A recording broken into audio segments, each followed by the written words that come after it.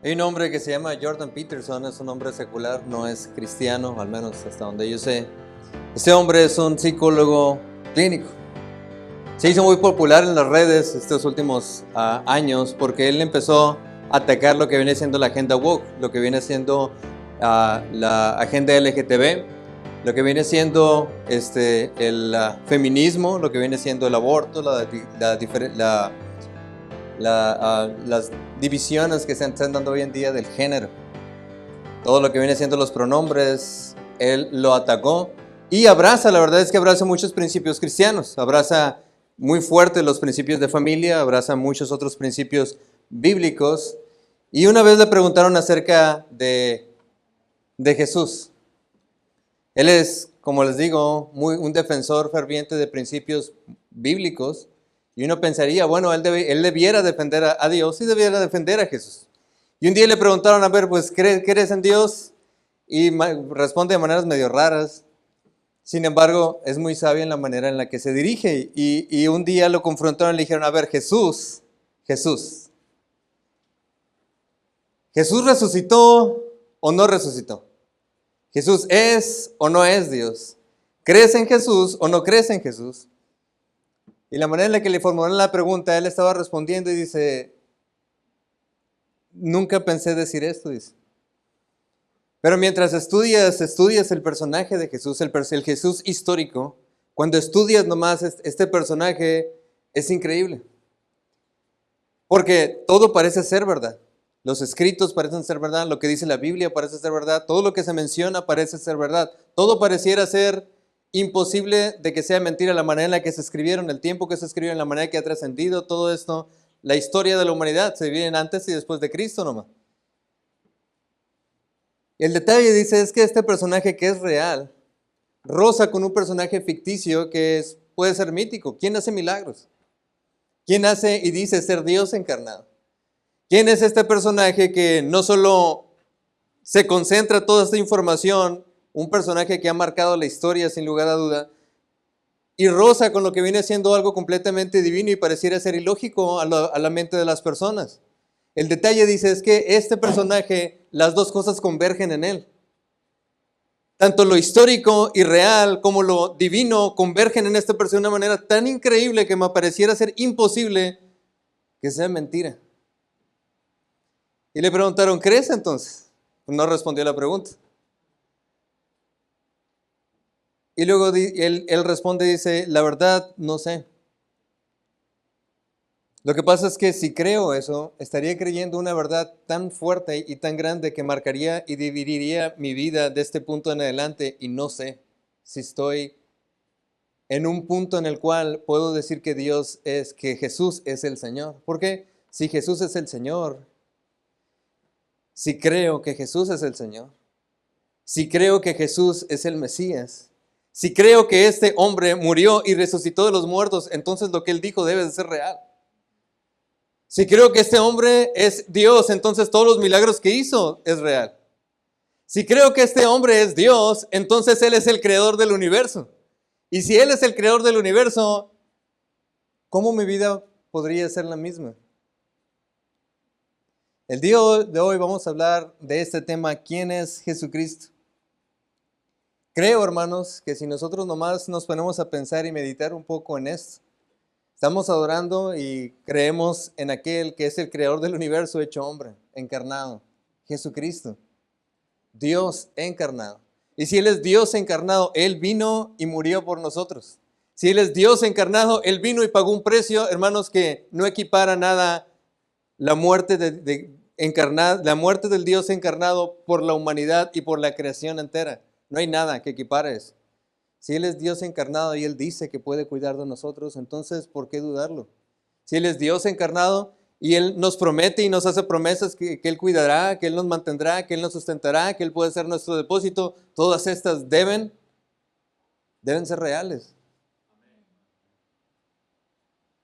Pero muchas veces olvidamos a quién servimos y por qué servimos.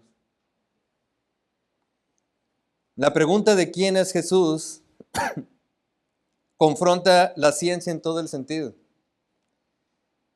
Porque si Jesús es quien dijo ser, Entonces estamos en un problema bien grande. No podemos ignorar quién dijo que es. ¿Quién es Cristo para ti? Es una buena pregunta. Este hombre, Jordan Peterson, en parte de su filosofía de vida, él menciona y dice, es que lo que yo creo no es lo que necesariamente digo, lo que creo es lo que hago.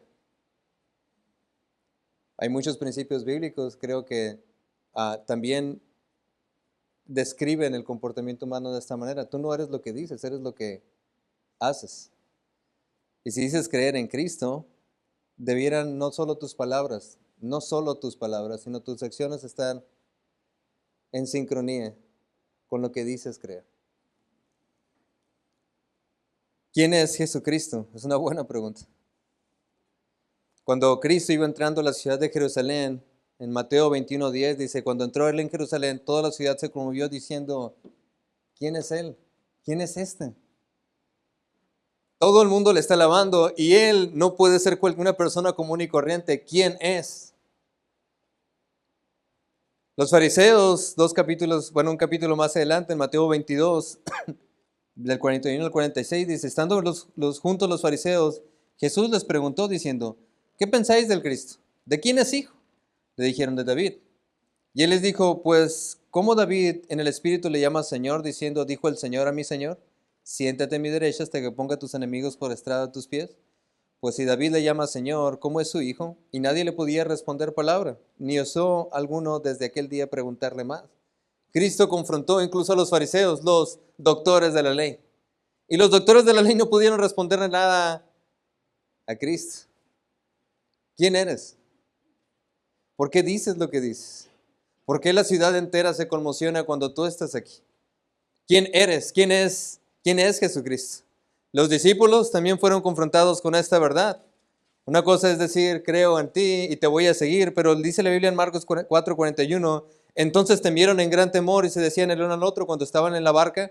Y dice la Biblia que los vientos y el mar casi voltean la barca y Cristo está ahí, se levanta Cristo y dice, calma a la tempestad. Y los discípulos, sus propios discípulos que han estado siguiéndolo ya por tiempo, pues se preguntan, ¿quién es este? Y aún el viento y el mar le obedecen. ¿Quién es Él? ¿Quién es Cristo? Toda la tierra en realidad debiera reconocer y pensar en esto, ¿quién es Cristo? Ahora, el día de hoy me gustaría iniciar con esto. Vamos a pensar un poco aquí en lo que los inconversos creen de Cristo. Muchos inconversos, incrédulos, mencionan que Cristo es solo un mito. Y hay quien dice, no, este hombre es imposible que haya existido. ¿Quién puede hacer milagros? ¿Quién puede hacer aquello? Es imposible. Eso de Cristo es un mito. Hay muchos mitos y en la historia, solo en la historia de nuestro país, tristemente, hay mucha información que no es veraz. Y de la misma manera tratan de clasificar a Cristo como un hombre que nunca existió, es solo un mito. Sin embargo, hay documentos extra bíblicos que hablan del cristianismo y hablan de Cristo en sí. Pudiéramos hablar de la Biblia y todo lo que dice la Biblia acerca de Cristo, pero vamos a dejar esto a un lado. Hay muchos documentos extra bíblicos que también hablan de Cristo y les puse ahí varios. Flavio Josefo era un historiador romano, o se romanizó, más bien era judío romano. Y él escribió, dice lo siguiente, dice, como un hombre sabio, si era lícito llamarlo hombre, hablando de Cristo, pues fue un hacedor de prodigios y maestros de los hombres que recibían la verdad con placer. Atrajo a muchos judíos y gentiles y Pilato, a sugestión de nuestros principales hombres, lo condenó a la cruz. Los que lo seguían no dejaron de hacerlo y se les apareció el tercer día. Según los profetas divinos habían predicho esta y otras 10,000 cosas maravillosas concernientes a él. Y la casta de los cristianos se ha extinguido hasta el momento. Esto fue un historiador que escribió acerca de Jesucristo. Estaba haciendo un análisis acerca de los judíos y tuvo que tocar este hombre, Cristo. Porque los judíos se habían dividido entre los creyentes y los incrédulos como hasta hoy en día. Flavio Josefo escribió acerca de él y nadie debate la existencia de Flavio Josefo. Tácito, habla también, era un historiador romano también, dice, para callar el rumor, Nerón Creó chivos expiatorios y sometió a las torturas más refinadas a aquellos a los que él divulgó y llamaba cristianos, odiado por sus abominables crímenes. Su nombre proviene de Cristo, quien bajo el reinado de Tiberio fue ejecutado por el procurador Poncio Pilato. Sofocada momentáneamente, la nociva superstición se extendió de nuevo, no solo en Judea, la tierra que originó este mal, sino también en la ciudad de Roma, donde convergen y se cultivan fervientemente prácticas horrendas y vergonzosas de todas clases y de todas partes del mundo. Tácito, un historiador extrabíblico, también habla acerca de Cristo, y este hombre no era cristiano. Plinio el joven también menciona y dice: decidí dejar marcharse a los que negasen haber sido cristianos. Cuando repitieron conmigo una fórmula invocando a los dioses e hicieron la ofrenda de vino e incienso a tu imagen, que a este efecto y por orden mía había sido traída al tribunal, junto con las imágenes de los dioses, y cuando negaban de Cristo, otras gentes cuyos hombres me fueron comunicados por delatores dijeron primero que eran cristianos y luego lo negaron. Dijeron que habían dejado de ser cristianos 2 o 3 años antes y algunos más de 20. Todos ellos adoraron tu imagen y las imágenes de los dioses de los mismos que los otros y renegaron de Cristo. Mantenían que la sustancia de su culpa consistía solo en lo siguiente: haberse reunido regularmente antes de la aurora en un día determinado y haber cantado antifonalmente un himno a Cristo como un Dios, haciendo voto también no de crímenes, sino de que guardasen del robo, la violencia y el adulterio, de no romper ninguna promesa y de no retener un depósito cuando se lo reclaman. Ahora este hombre estaba tratando de decirle: mira, había unos hombres ahí que se decían cristianos. No todos, muchos negaron la fe, como hoy en día. Muchos de ellos dijeron que creían en el Señor, pero después de que les dije que los íbamos a matar, pues bueno, dijeron que siempre no creían, llevaban 2, 3 años sin creer. Pero lo único que se les acusaba aquí era de que cantaban, se reunían antes del amanecer, cantaban himnos a ese Cristo como si fuera Dios y se abstenían de cualquier cosa mala. Digo, es otro documento que habla acerca y afirma la historicidad de Cristo, y pudiéramos hablar de otros más. Cristo no es un mito, hermanos. Cristo es un hombre real. Cristo no es un mito, Cristo es alguien que existió, un hombre histórico. Y muchas veces entre cristianos como que no saben articular esto y defender esto. Cristo existió. Hay quienes dicen que es un mito, pero también hay quienes hablan de Cristo como si fuera un buen hombre, un hombre ejemplar. Hoy en día incluso hablan de Cristo como un revolucionario, como si fuera aquel, me explico, comunista que trajo la paz a todo el mundo y buscaba la igualdad en todos, tratando y sacando fuera de contexto muchos pasajes que Cristo no definió así. Hablan de Cristo no solo como un revolucionario, hablan de Cristo como un ayudador, como un defensor del pobre, un defensor de aquel que ha sido abusado. Pero la Biblia habla de que Cristo fue más que un buen hombre. La Biblia habla de que Cristo fue aquel que vino y cargó sus pecados, mis pecados, el pecado en sí de la humanidad entera. Fue más que un buen hombre, fue más que un hombre ejemplar, fue aquel que es el único camino, dice la Escritura. La Biblia dice en Isaías 53, 3 al 5, dice: despreciado y desechado entre los hombres, varón de dolores, experimentado en quebranto. Y como que escondimos de él el rostro, fue menospreciado y no le estimamos. Ciertamente, versículo 4, llevó él nuestras enfermedades y sufrió nuestros dolores. Y nosotros le tuvimos por azotado, por herido de Dios y abatido, mas él herido fue por nuestras rebeliones, molido por nuestros pecados, y el castigo de nuestra paz fue sobre él, y por su llaga nosotros fuimos curados. Cristo, hermanos, fue más que un buen hombre. Y cuando hagan referencia a Cristo, hermanos, lo tiene que defender como más que un buen hombre. Hay muchos buenos hombres, hermano. Muchos. Colosio es el ícono aquí en México de lo que iba a ser un buen hombre. No lo conocí, no sé. Hay muchas otras personas que dicen ser buenos hombres, pero saben, nadie puede cargar la deuda de nuestro pecado. Cristo es más que un buen hombre. Cristo es nuestro Salvador. Cristo no solo es un hombre ejemplar, es el hombre ejemplar. Es el hombre que murió por nosotros. Cristo es más que un buen ejemplo. 1 Pedro 2:23 dice, quien cuando le maldecían no respondió como maldición, cuando padecía no amenazaban, sino encomendaba la causa al que juzga justamente. Quien llevó él nuestros pecados en su cuerpo sobre el madero, para que nosotros, estando muertos a los pecados, vivamos a la justicia, y por cuya herida fuisteis sanados. Porque vosotros erais como ovejas descarriadas, pero ahora habéis vuelto al pastor y obispo de vuestras almas. Cristo era más que un buen hombre. Hay muchos aquí que pudieran ser clasificados como buenos hombres. Pero Cristo no puede ser clasificado con nadie, hermanos, es Cristo. Es Dios encarnado. Es más que un mito, es más que un buen hombre.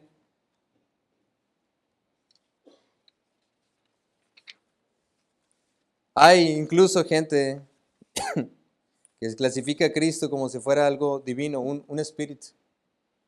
Aquí estamos hablando de muchos gnósticos que creen que Cristo en realidad no vino, en realidad es la figura, un ente espiritual que vino y trajo un ejemplo a la humanidad. Y todos debemos de tratar de ser igual que Él. No tratar de ser igual, sino tenemos que ponernos igual que Él. El apóstol Juan batalló con esto y cuando escribió ahí el libro en Primera de Juan, hace un énfasis claro acerca de que Cristo vino en carne y hueso. Dice la Biblia en Juan 1 del 1 al 4, dice, lo que eres desde el principio, lo que hemos oído, lo que hemos visto con nuestros ojos, lo que hemos contemplado y palparon nuestras manos tocante al verbo de vida, dice, porque la vida fue manifestada y la hemos visto y testificamos y os anunciamos la vida eterna, la cual estaba con el Padre y se nos manifestó. Lo que hemos visto y oído, esto os anunciamos, para que también vosotros tengáis comunión con nosotros y nuestra comunión verdaderamente es con el Padre y con su Hijo Jesucristo. Ven, Cristo fue más que un ente divino, un espíritu. Cristo fue alguien palpable. Y cuando digo alguien palpable, fue alguien, hermano, que sufrió lo mismo que usted y yo sufrimos. ¿Sabes? Él también sufrió hambre. Él también sufrió cansancio. Él también sufrió el rechazo de la humanidad. Él, hermano, estuvo una y otra vez acusado por múltiples grupos de personas para hacerlo caer. Cristo fue más que un hombre espiritual, hermanos, fue un hombre como nosotros. Y es porque fue un hombre con nosotros. Dice la Biblia que Él fue tentado en todo, pero sin pecar. Qué increíble pensar que Cristo padeció o fue tentado. ¿Pudo Él experimentar lo que un hombre experimenta? Sentir a lo mejor tristeza, sentir cansancio. Sin embargo, Él tuvo victoria sobre todo eso. ¿Para qué? Para ser un ejemplo a nosotros. Cristo no es un mito, es un hombre verdadero. Cristo es más que un buen hombre, es aquel que cargó su pecado. Cristo es más que un espíritu, es Dios encarnado. Hay mucho hoy en día discusión en el mundo incrédulo acerca de Jesucristo. Debiera cada cristiano pararse y definir lo que es Cristo y defender la causa de Cristo. Ahorita vamos a ver un poco más de eso, pero el mundo incrédulo lo ve como un mito, como un espíritu, como alguien bueno. Pero, ¿qué es lo que Cristo dijo del mismo? Punto 2, lo que dijo Cristo acerca de Él. Y aquí es interesante porque podemos hablar miles de cosas usted y yo de lo que creemos y lo que el mundo dice. Pero vamos a hablar acerca de lo que Jesucristo dijo. Jesucristo dijo y reclamó Él ser un enviado, ser el enviado de Dios. Ahora, Lucas 4 del 16 al 21, Jesucristo está entrando en una sinagoga. La sinagoga era el lugar donde se congregaban todos los judíos para leer las escrituras. La sinagoga era un lugar donde se juntaban constantemente para hablar de las cosas de Dios y darle lugar, y obviamente había un principal en la sinagoga. Dice la Biblia ahí en Lucas 4, 16 al 21, dice, vino a Nazaret donde se había criado y en el día de reposo entró en la sinagoga, conforme a su costumbre, y se levantó a leer. Y se le dio el libro del profeta Isaías, y habiendo abierto el libro, halló el lugar donde estaba escrito, el Espíritu del Señor está sobre mí, por cuanto me ha ungido para dar buenas nuevas a los pobres, me ha enviado a sanar a los quebrantados de corazón, a pregonar libertad a los cautivos, y a vista a los ciegos, y a poner en libertad a los oprimidos, a predicar el año agradable del Señor, y enrollando el libro lo dio al ministro y se sentó. Y los ojos de todos en la sinagoga estaban fijos en él. Y comenzó a decirles, hoy se ha cumplido esta escritura delante de vosotros. Ahora imagínense el cuadro aquí. Cristo está entrando y le iba a leer él y se le pasa el libro de Isaías. Y en medio del libro de Isaías y empieza a leer esta porción. El Espíritu del Señor está conmigo. Y todos como que, ¿what? ¿Qué estás diciendo? Sí, que vengo a darle libertad a los oprimidos. Vengo a sanar a los enfermos. Vengo a traer esto que el mundo necesita. Yo soy ese. El día hoy se ha cumplido esta profecía entre ustedes. Ahora, la pura declaración de esto, pues, trae mucha controversia. ¿Me explico? Si yo llego aquí y les digo, pues yo soy Dios, pues yo creo que todos como que, ¿qué estás diciendo?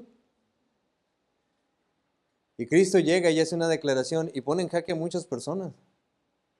Él está haciendo una declaración bien impresionante. Él dijo ser enviado de Dios. Ahora, él no solo dijo ser enviado de Dios, él dijo ser Cristo, el Mesías.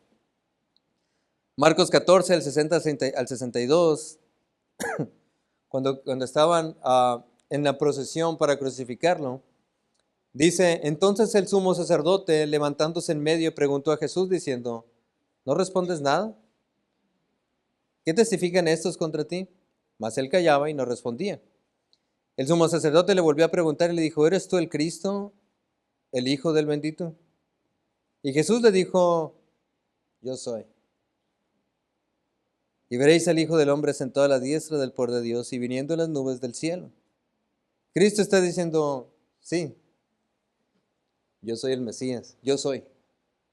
La declaración aquí impactó tanto otra vez a los fariseos que dijeron, pues vamos a condenarle. ¿Por qué? Porque dijo ser el Mesías. Él no solo dijo enviado de Dios, él dijo ser el Mesías mismo. Aquel Mesías que había sido prometido desde la antigüedad. Cuando ustedes leen desde Génesis, hermanos, hasta Malaquías, hay una profecía en cada libro de las Escrituras acerca de Jesucristo. Acerca de que un día iba a venir el Mesías. Lo que él estaba diciendo es, todas esas cosas que se dijeron de mí son ciertas, aquí estoy. Yo soy del que hablaron, yo soy el enviado, yo soy el ungido. Yo soy aquel que iba a venir para traer salvación al perdido. Cristo dijo que él era el Mesías. No solo dijo que él era el Mesías, punto C, dijo que él y el Padre eran uno.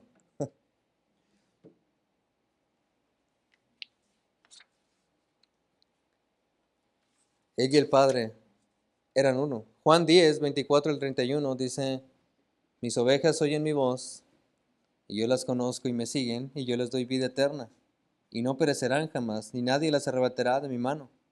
Mi Padre que me las dio es mayor que todos, y nadie las puede arrebatar de la mano de mi Padre. Y luego dice, yo y el Padre, ¿qué dice? Uno somos. Entonces, dice la Escritura, que los judíos se volvieron a tomar piedras para apedrearle. ¿Por qué? Porque había dicho él que él era igual al Padre. Él estaba haciendo una declaración de yo y el Padre somos uno, somos el mismo. No estaba diciendo, el Padre y yo estamos en el mismo camino. No estaba diciendo eso, porque aún los fariseos trataban de agradar al Padre y estaban en sincronía, querían seguir el camino, pero estaba poniéndose a él en un nivel superior, diciendo, no, yo y Dios somos uno. Y eso para un judío es una blasfemia. Se volvieron todos y quisieron agarrar piedras para matarlo, porque según ellos había blasfemado. Cristo había dicho entonces que él y el Padre eran uno. No solo era el enviado de Dios, no solo era el Mesías. Él dijo que él y el Padre eran uno solo. No termina ahí. Porque él dijo una declaración que puso en realidad a prueba todo lo que él había dicho anteriormente. Todas las declaraciones que él había dicho pusieron a prueba en este punto. Él dijo que resucitaría. Juan 10, 17 dice, por eso me ama el Padre, porque yo pongo mi vida, ¿para qué? Una vez más, dice, por eso me ama el Padre, porque yo pongo mi vida para volverla a tomar. Yo, estoy dando mi vida para volverla a tomar después. Yo voy a morir y yo voy a resucitar. Eso es lo que está diciendo Cristo. No solo lo dice en Lucas 9:22, diciendo, es necesario que el Hijo del Hombre padezca muchas cosas y sea desechado por los ancianos, por los principales sacerdotes y por los escribas, y que ¿qué? ¿Y que qué? Y que resucite al tercer día, dice el Escritor. Cristo aquí está diciendo, ¿sabes qué? Mira, así va a ser este asunto. Yo voy a llegar y van a llegar los fariseos y los escribas y voy a padecer, voy a morir. Pero no se preocupen, al tercer día voy a resucitar. Cristo mismo está haciendo una declaración increíble. Pongo mi vida y la puedo tomar. ¿Por qué? Pues soy Dios. Yo doy mi vida y si quiero tomar, y la puedo tomar otra vez. Ese es mi rol, para eso vine.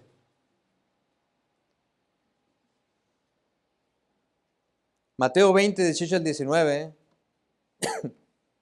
Cristo, estando a punto de subir a Jerusalén, se acerca con sus discípulos y les dice lo siguiente. He aquí subimos a Jerusalén, y el Hijo del Hombre, ¿qué dice? Será entregado a los principales sacerdotes y a los escribas, y lo condenarán a muerte, y le entregarán a los gentiles para que le escarnezcan, le azoten y les crucifiquen. Cristo no era como que le agarró desprevenido. Ay, me agarraron y voy a morir. No, no, no.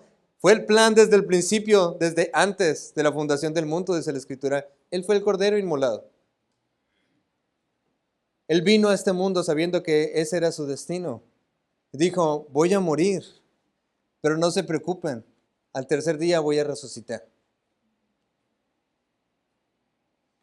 Ahora, si Cristo, hermanos, no hubiera resucitado, todo lo que hemos visto hasta ahorita no tuviera mucho sentido. Si Cristo no hubiera resucitado, ¿por qué hubo tanta gente que le siguió, del que habla Josefo, del que habla Tácito y Flavio?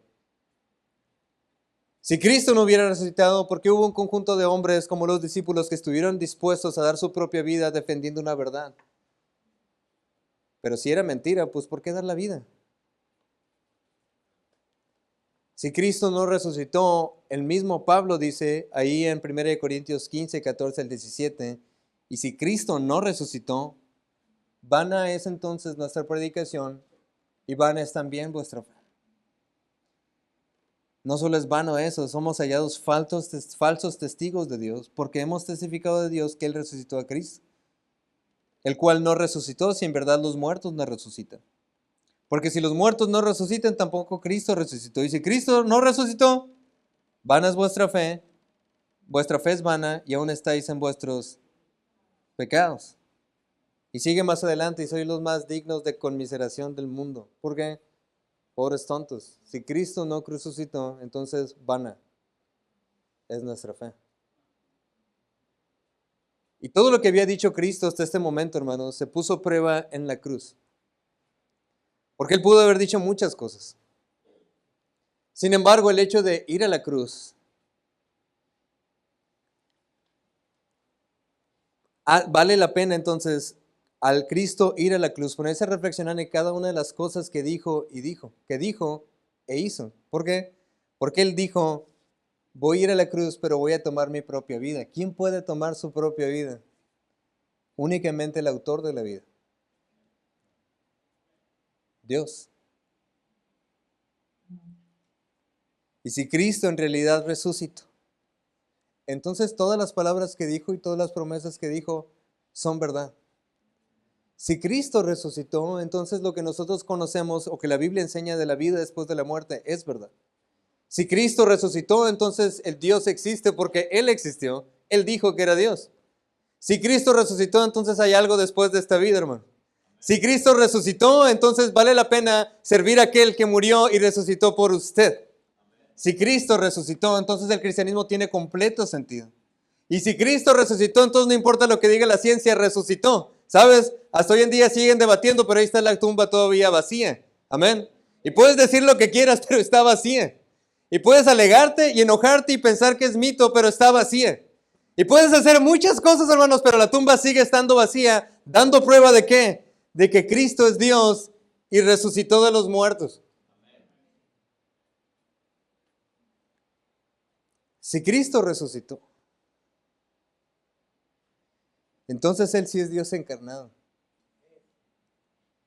Y si es Dios encarnado, le animo a que considere a quién sirve usted.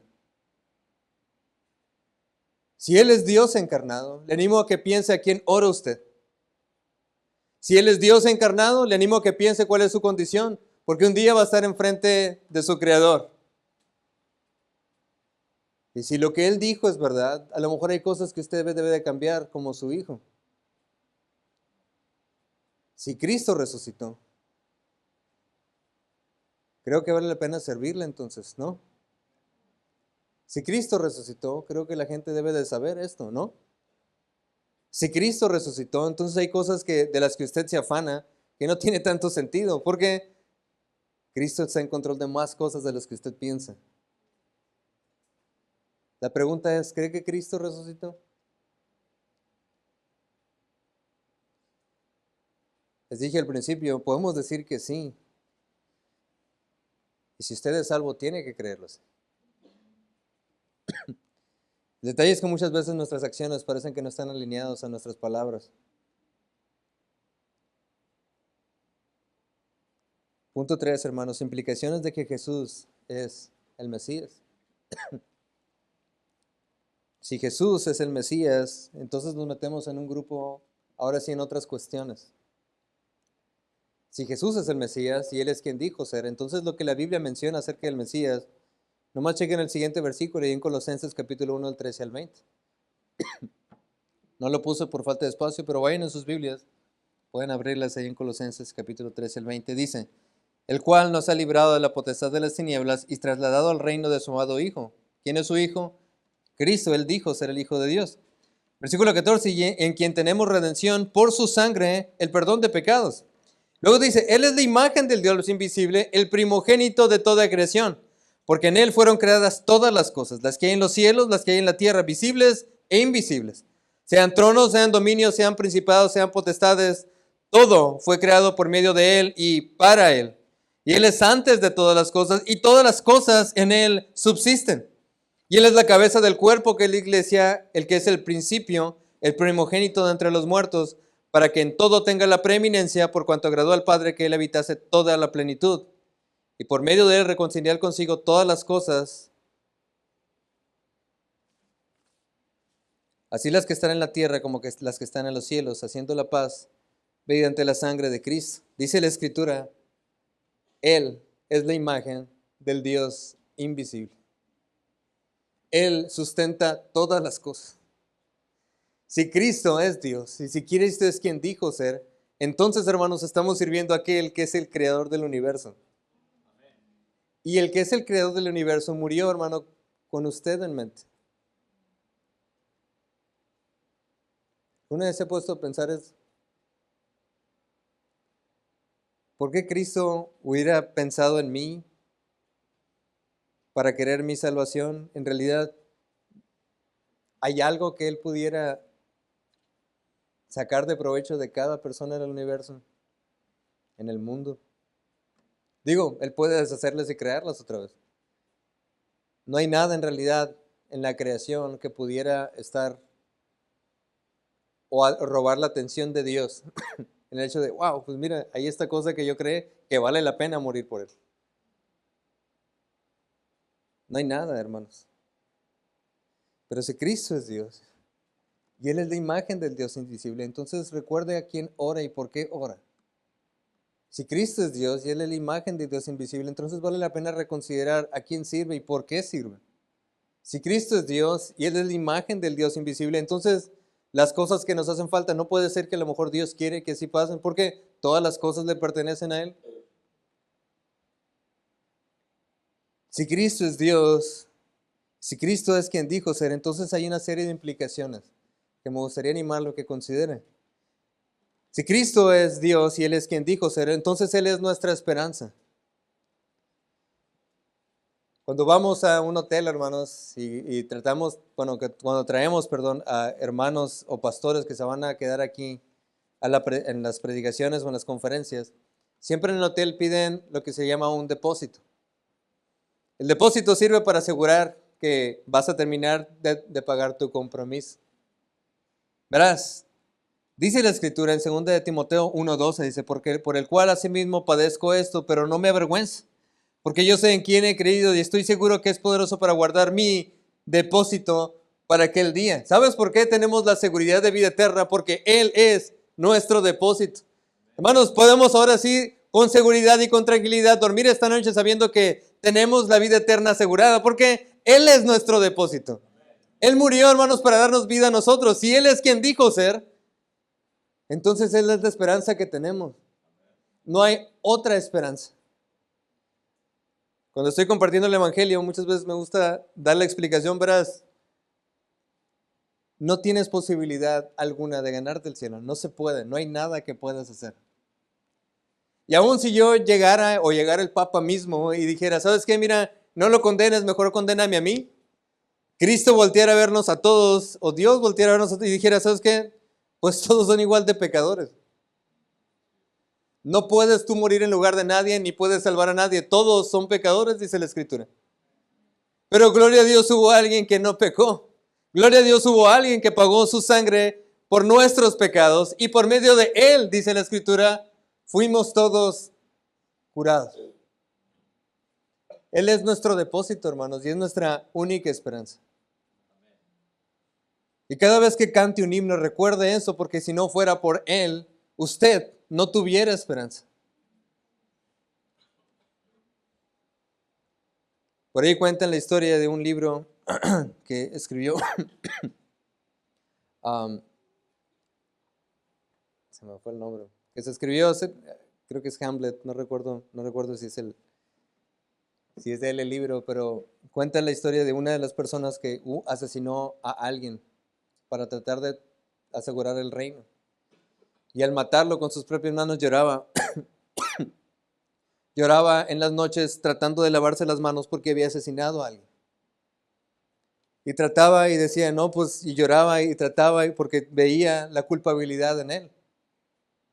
Verás, creo que la humanidad entera llora por su culpabilidad. Muchas veces no lo quieren admitir, pero en el fondo de su corazón todos reconocemos el pecado que cargamos. Todos en el fondo de nuestro corazón reconocemos que hay pecado en nosotros y hay maldad en nosotros. Y por más que queremos lavarnos las manos, hermanos, aunque sigue la culpabilidad ahí, el único que pudo quitar esa culpabilidad es Cristo. No hay nada que usted pueda hacer para hacerse creer que está libre ante Dios y es declarado justo ante Él. No hay nada. Pero Cristo sí puede. Y Él dio su sangre para que usted pueda ser limpio de su pecado. Si Él es quien dijo ser, y lo creo, entonces Él es la única esperanza que usted tiene. Y cuando cante himnos, hermanos, recuerde que Él es la única esperanza que Él tiene y Él debe recibir la gloria porque es el único que puede. En los cielos, dice la Escritura en Apocalipsis capítulo 5, que se hizo un estruendo bien grande. Y de repente salieron los libros y todo el mundo cayó y dice la Escritura que todos empezaron a llorar y a clamar, ¿quién puede abrir el libro? Y nadie podía.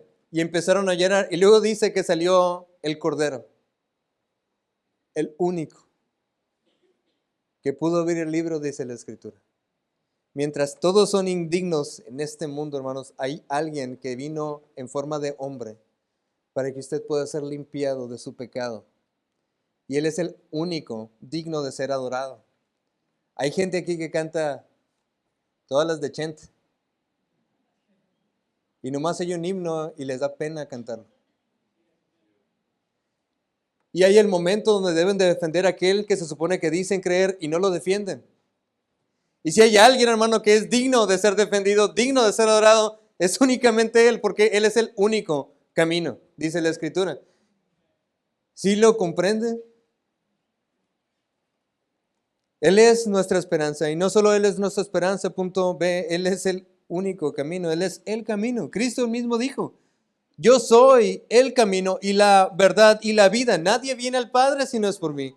Cristo dijo, yo soy el camino. Verás, la iglesia no es el camino, el bautismo no es el camino. Verás, la memorización de las Escrituras tampoco es el camino. Cristo es el camino. Y debiera cada cristiano constantemente recordar que Él es el camino y enfocarse en su vida en tratar de pasar más tiempo con aquel. Verás, toda la eternidad la vas a pasar con Él. Si eres un hijo de Dios, y digo, si eres un hijo de Dios, vas a pasar la eternidad con Él. Nadie más puede abrirte un camino para que puedas acercarte a Dios. Nadie. Cristo es el único camino. Si Él es quien dijo ser, Él es el único camino. Si Él es quien dijo ser, entonces la implicación no solo es que Él es nuestra única esperanza, que Él es el único camino, también es la implicación de que Él es el Señor. Filipenses 2:11 dice, y toda lengua confiese que Jesucristo es el Señor. La palabra Señor, hermanos, viene del griego que es kurios. No sé si lo estoy diciendo bien, no soy griego. Pero la palabra kurios, la palabra Señor, está hablando de aquel al que le pertenecen todas las cosas. Aquel que tiene todo el poder y la autoridad para decidir. Aquel que está sobre encima de todos. Aquel que es Señor y dueño de todas las cosas. Eso es lo que significa Señor. Dice, y toda lengua confiese que Jesucristo es el Señor para gloria de Dios Padre. Verás, cuando usted ora y dice, te pido todo esto en nombre de ¿quién? De nuestro Señor Jesucristo. Estás hablando de aquel que le pertenecen todas las cosas. El detalle es que muchas veces oras y no crees que a Dios le pertenecen todas las cosas. Oras dudando de acerca de si Dios puede proveer o no. Oras dudando de que Dios puede hacer algo o no. Pero hermanos, Él es el Señor, dice la Escritura. Y si Él es el Señor, es el dueño, el creador, el que está por encima de cualquier otra cosa creada. Él es el Señor, es el Kurios, dice la Escritura. Cuando hablamos ahí en Romanos capítulo 10, 9, dice que si confesares con tu boca que Jesús es el Señor y creyeres en tu corazón que Dios le levantó de los muertos, serás salvo. Muchas veces gente utiliza este versículo como diciendo, pues sí, yo oro todos los días que Jesucristo es el Señor. Espérate. Verás, en la antigüedad, en Roma, hubo un momento en que si tú decías que Jesús es el Kurios, eso era quitarte la vida. ¿Por qué? Porque nomás había uno que tenía preeminencia de todas las cosas. ¿Sabes quién era? El emperador. Y si tú ibas con el emperador y le decías, no, tú no eres el Señor, Jesús es el Señor, entonces eras muy probable que llegaras al circo romano, donde te degollaban o te ponían ahí para que todas las bestias te hicieran pedazos. No importaba si eras hombre o mujer, si eras niño, niña, si eras bebé, no importaba. Aún mujeres embarazadas, mismas cristianas, pasaron por ahí. Entonces, la expresión, cuando dice la Escritura, que si confesares con tu boca que Jesús es el Señor, no es solo reconocer la palabra Señor como alguien importante. Es reconocer la palabra Señor como alguien que tiene preeminencia de cualquier otra cosa. De todas las cosas. Gente llegaban y probablemente los ponían en línea y le preguntaban, ¿quién es el Señor? Mucha gente, pienso yo, que en su momento desistió. Dijo, no, pues el emperador es el Señor. Ah, no tienes problema, sal de aquí. Siguiente, ¿quién es el Señor? Ah, pues yo creo que Jesús es el Señor. Ah, ok. Con tus palabras has firmado tu muerte. Entonces, cuando gente mencione y trate de minimizar lo que es las Escrituras y cómo las Escrituras hablan de Cristo, es un problema cuando lo minimizan a un punto tal que le quitan quién en realidad es. Ahora, yo no sé ni conozco el corazón de todas las personas cuando oran y le dicen, yo creo que Jesús es el Señor, pero siempre trato de hacer la aclaración.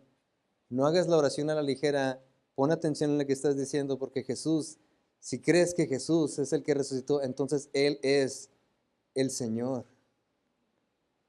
Está por encima de cualquier otra cosa y ten cuidado cuando te acerques a Él y a su presencia. Cristianos, reconozcan quién es su Señor. Si Cristo es tu Señor, debiera reflejarse en muchas maneras en muchas de las maneras en las que vivimos. Si Cristo es tu Señor, entonces a lo mejor debieras expresarte de una manera distinta. Si Cristo es tu Señor, entonces debieras confiar en otras cosas en las que estás confiando. Si Cristo es tu Señor, entonces debieras tener plena confianza de que el día de mañana está en sus manos. Si Cristo es el Señor, a lo mejor la manera en la que vistes debería ser un poco distinta. A lo mejor las cosas que ves deberían ser un poco distintas. Si crees que Cristo es el Señor, a lo mejor la manera en la que sirves, si sirves, debiera ser distinta.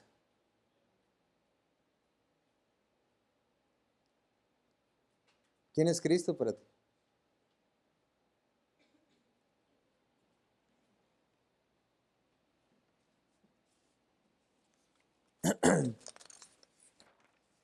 No solo Él es el Señor, punto de, la Biblia menciona que Él volverá. Ese Mesías, ese camino, esa verdad, Él, el Dios, el Señor, dice la Biblia que un día volverá. Les decía a los muchachos ahorita en la capilla en la mañana, hay una promesa para aquellos que esperan la venida del Señor todos los días. Hay una corona para ellos. Pero sabes, ese Señor al que decimos servir tarde o temprano va a llegar. Yo espero y pienso que va a llegar antes de que Isabela cumpla 15 años, con el favor de Dios. Pues la verdad es que no sabemos. Pero que no sepamos cuándo es, no significa que no va a ser inminente. Y no significa que muchos no van a llegar el momento y decir, pues, se me acabó el tiempo. Ahora sí el Señor, a quien yo pensé servir, estoy enfrente y ya no puedo hacer nada, se me acabó el tiempo. En ocasiones el pastor les pone exámenes sorpresa a los muchachos. Y es interesante, ¿no? Porque muchas veces tienen tiempo y un día, y el pastor les dice, los voy a poner examen cuando vuelva. No sé cuándo volveré, pero un día volveré. Ustedes pónganse a estudiar. Y luego de repente cuando llega y hay examenitos, no puede ser, pues se te acabó el tiempo, papá. Es el tiempo del examen. Y no hay nada que puedas hacer. Tú decidiste cómo usar tu tiempo y tú decidiste si esforzarte o no. Y a lo mejor podemos reírnos de los muchachos del instituto porque sí podemos. Pero creo que en ese momento muchos nos vamos a voltear hacia abajo y nomás ponernos a pensar, qué tonto. Ese Señor al que le oraba todos los días está aquí presente. Y se me acabó el tiempo. Y aquel tiempo que gasté deseando cosas que ya no sirven para nada, porque ya no voy a estar aquí. Aquel tiempo que gasté deshonrando a mi Señor porque en realidad no pude perdonar a alguien. Aquel tiempo que gasté sin servirle y traer otros a sus pies. Aquel tiempo que gasté viendo todo el día televisión o a lo mejor añorando tener más dinero. Aquel tiempo que gasté se acabó. Se acabó. Porque Cristo cumple y ha cumplido lo que dice que va a cumplir y lo que Él promete. Y Él prometió, volveré. La Escritura dice en Apocalipsis 22:20, y el que da testimonio a estas cosas dice, ciertamente, vengo en breve. Amén. Sí, ven, Señor Jesús. ¿Te puedo preguntar algo? ¿Quién es Cristo para ti? Si Cristo es para ti, tú, Señor, ¿sí estás consciente de que un día va a regresar? ¿Y que un día te va a tomar y te va a llamar a cuentas? ¿Sí estás consciente de que todas aquellas quejas que tú tienes en realidad no tienen mucho sentido? Todas aquellas cosas amarguras que cargas en tu corazón, en ese momento van a ser sin sentido. Me ha tocado estar en algunos funerales, hermanos. Y verás que la muerte cambia mucho la percepción de las cosas, ¿no es cierto? Y hay enojos y hay amarguras que cargas con una persona y que cuando ya está uno se queda pensando, pues, ¿por qué perdí mi tiempo en eso? Era una tontería en realidad. Cristo va a regresar. Y muchas de las cosas que absorben tu mente hoy, en ese momento van a ser una tontería en todo su sentido. Cristo va a volver. Él ha cumplido sus promesas hasta ahorita y también va a cumplir esto. No sé cuándo, personalmente pienso que será pronto, pero no sé cuándo. Pero hasta que vuelva es mi deseo servirle, porque Él es mi Señor. Punto 4 y último, hermanos, implicaciones de ser creyentes en Jesús. Y con eso terminamos. Si usted cree en Jesús y Él es quien dijo ser, entonces, hermanos, punto A, usted le pertenece a Él. La Biblia dice en 1 Corintios 6:20, porque habéis sido, ¿qué dice? Una vez más, 1 Corintios 6:20 dice, porque habéis sido comprados por precio, dice la Escritura. Entonces glorificad pues a Dios en vuestro cuerpo y en vuestro espíritu, los cuales, ¿qué dice? Son de Dios. Si ustedes son salvos, ustedes fueron comprados. Y si fuiste comprado, ¿sabes qué? Ya no te perteneces a ti. Le perteneces a alguien más. Uno dirá, pero suena medio gacho, ¿no? ¿Le puedo pertenecer a alguien más? Es que no entiendes. Ibas directo al infierno, dice la Escritura. Tenías a un Dios airado contra ti, dice la Escritura, y alguien decidió pagar el precio que te correspondía pagar a ti. Ahora, Dios te permite ahora sí tener libertad para seguir encadenado a este mundo de pecado o vivir para gloria de Él. Esa es decisión tuya en todo el sentido. Pero verás, Él pagó el precio por ti. Una vez platicando con un muchacho me decía, ves, por eso no voy a la iglesia. Porque tienen tantas reglas, tienen tantas cosas, y cómo yo voy a, cómo es pesado tener que llevar todas esas reglas para caerle bien a Dios, me dice. Y si le cae suficientemente bien, bueno, pues a lo mejor te permite entrar al cielo. Le dije, ok, le dije, pero no funciona así. Verás, las cosas que Dios espera de nosotros, como la santidad y el alejarnos del pecado, no lo hago para ganarme el cielo.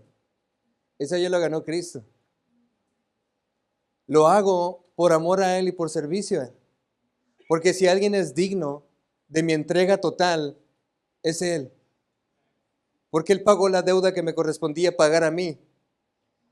Él pagó lo que me correspondía pagar a mí. Y si Él lo pagó, entonces yo le pertenezco a Él, aunque Él no me está forzando a hacer nada. Yo para gloria de Él le sirvo. Es un enfoque completamente distinto, ¿no es cierto? ¿O usted por qué busca santidad? ¿Usted por qué se aleja de aquellas cosas que no debe de practicar? Hay gente que lo ve como, ay, otra regla más, espérate, no es otra regla más, nadie te está forzando, si no lo quieres hacer, pues no lo hagas, allá tú y tu Señor. Pero tarde o temprano, todos vamos a compadecer ante Él, dice la Escritura, y toda rodilla va a ser doblada, dice la Escritura. Y aunque no soy perfecto y disto mucho de serlo, mi intención es poder tener una vida que le glorifique a Él, aunque sea un poco, porque Él es el único digno de recibir la gloria. Le pertenecemos a Él. Romanos 6, 17 al 18 dice, pero gracias a Dios que aunque erais esclavos del pecado, habéis obedecido de corazón en aquella forma de doctrina a la cual fuisteis entregados, y libertados del pecado, venisteis a ser siervos de la justicia. ¿Te puedo preguntar algo, hermano? ¿Vives como si le pertenecieras a Él? ¿Gente sabe que le perteneces a Él? ¿Reflejas bien con tu vida, con tu testimonio, al Dios en el que dices creer? Tu tiempo, tus recursos, todo lo que tienes en realidad reflejan quién es prioridad en tu vida. ¿A quién le perteneces? Porque si antes, hermano, usted en el mundo, siendo incrédulo, sin problema podía gastarse toda su raya en alcohol, sin problema, y nadie lo ve mal. ¿Sí? Pero ahora que Dios espera de ti que le des de tu corazón el diezmo y tienes un problema con eso, te pregunto, pues ¿qué no Él es tu Señor? Y si es tu Señor, no debiera ser marcado de diferentes maneras, ¿sabes? Muchas veces cuando voy a Isabela y la dejo en algún lugar, le digo, acuérdate quién eres. Eres mi hija. Eres una sagún. Compórtate a la altura, por favor. Ahora, quién sabe si me hace caso o no. Pero quiero que quede en su mente que es importante, ella me está representando a mí. Ahora, no lo obligo ni nada, pero quiero que ella sepa que debe de cuidar su familia. El testimonio de mío y de mi esposa es muchas veces puestas en sus manos. Lo que ella haga va a dar de hablar tanto de mí como de mi esposa. Aunque no tengamos nada que ver, eso pasa. ¿Sabes? Nosotros no somos hijos de Dios, los que somos salvos. ¿Sabes? Tu testimonio da de qué hablar de tu padre. Si eres una persona egoísta en todo el sentido de la palabra, ¿sabes qué refleja de tu padre? Si eres una persona amargada en todo el sentido de la palabra, ¿sabes qué refleja de un Dios que se supone es amor? Si eres una persona coda en todo el sentido de la palabra, ¿sabes qué refleja esto de un Dios que dio su vida por ti?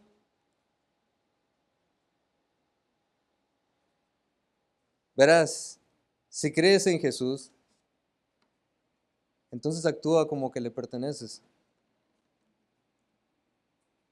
No debiera ser así. No solo le pertenecemos a Él, debemos servirle. Dice la Biblia en Juan 15:20, acordaos de la palabra que yo os he dicho, el siervo no es mayor que su Señor. Si a mí me han perseguido, también a vosotros os perseguirán. Si han guardado mi palabra, también guardarán la vuestra. El siervo no es mayor que su Señor. El siervo no es mayor que su Señor. ¿Y sabes qué vino Cristo a este mundo? Vino a servir, no a ser. Dice la Escritura. Pero es curioso cómo mucha gente viene a la iglesia esperando que la iglesia haga todos por ustedes, cuando no funciona así. Hay gente que literalmente espera y se enoja cuando la iglesia no hace algo por ustedes. Ahora, no digo que está mal que la iglesia sea bendición, sea edificación, que pueda ayudar. Pero una cosa es que la iglesia ayude y otra cosa es demandarlo. Y la Biblia menciona el Señor, tú no eres más que tu Señor. Y si Cristo dio la vida por la iglesia, ¿qué te hace pensar, me explico, que tú mereces más? Eso es lo que dice la Escritura. La Escritura deja bien en claro, yo no vine a servir. Yo no vine a ser servido, vine a servir, dice la Escritura. ¿Crees en el Señor? ¿No debieras actuar similar a lo que Él espera de ti? Debemos de servirle, hermanos. Se nos está acabando el tiempo. Debemos de servirle. Hermano, venga a ganar almas. Si Él es tu Señor y Él resucitó de los muertos, hey, hay algo que debes de predicarle a todo el mundo, ¿no es cierto? ¿O te da pena? Hay gente que aquí es acá bien filosa con otros hermanos y saca versículos de donde sea, pero no le pongan a un inconverso porque, no, qué pena. No le pongan a un testigo de Jehová porque, no, ¿y qué les voy a decir? No les pongan un familiar inconverso, porque no.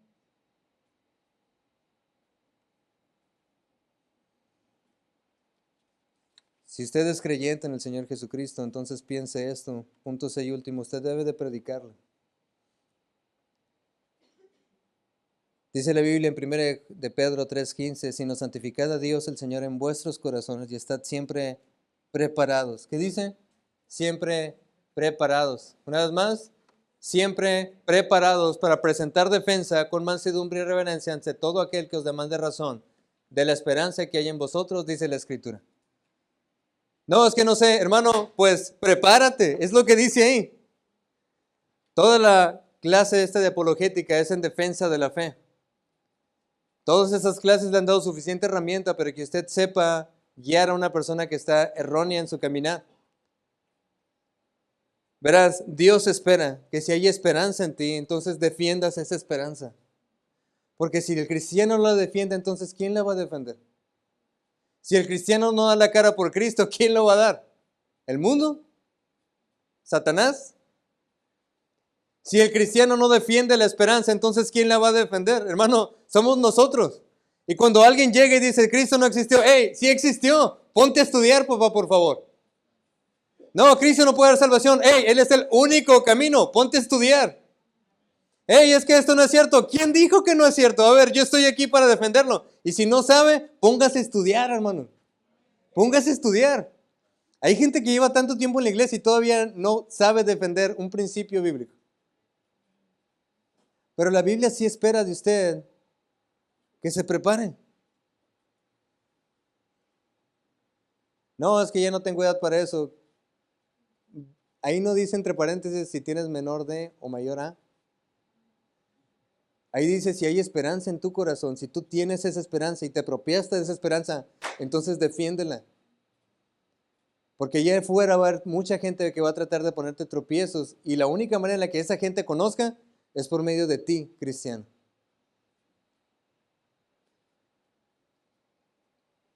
Judas 1:3, amados, por la gran solicitud que tenía de escribiros acerca de vuestra común salvación, me ha sido necesario escribiros exhortándoos que contendáis ardientemente por la fe que ha sido una vez dada a los santos. Predique a Cristo. Si Cristo es tu Señor, predique a Cristo. Si Él es quien dice ser, entonces vale la pena que otra persona conozca, ¿no es cierto? Si Él es quien dice ser, entonces vive para Él, ¿no es cierto? Si Cristo resucitó de los muertos, hermanos, entonces no hay nadie mejor a quien podamos entregar nuestras vidas porque Él tiene cuidado de nosotros, dice la Escritura. ¿Quién es Cristo para usted? Si usted está desanimado, le animo que considere, hay alguien que está por encima de su problema y tiene control de todas las cosas, es Cristo. Usted puede orar a Él, usted puede platicar con Él y usted puede ver cómo es que Dios obra cuando usted se acerca a Él con un corazón limpio y sincero. Si usted toma por demás el nombre de Cristo, le animo que considere. Porque está sirviendo a aquel que es el Dios y creador de todas las cosas y un día va a venir. Y si usted no le sirve como es debido, ¿qué le hace pensar? Que Dios va a ser glorificado con su vida. Si usted no sirve, no le sirve como es debido, en realidad piensa que Dios ignorará esto. ¿Quién es Cristo? Es una buena pregunta.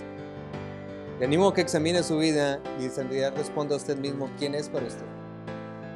Para mí, Él es mi Señor y Él ha sido servirle. Y mi intención es de aquí hasta que Él me lleve a poder servirle, porque Él es mi Señor. Oremos. Padre Celestial, gracias por la oportunidad, Señor, que nos das de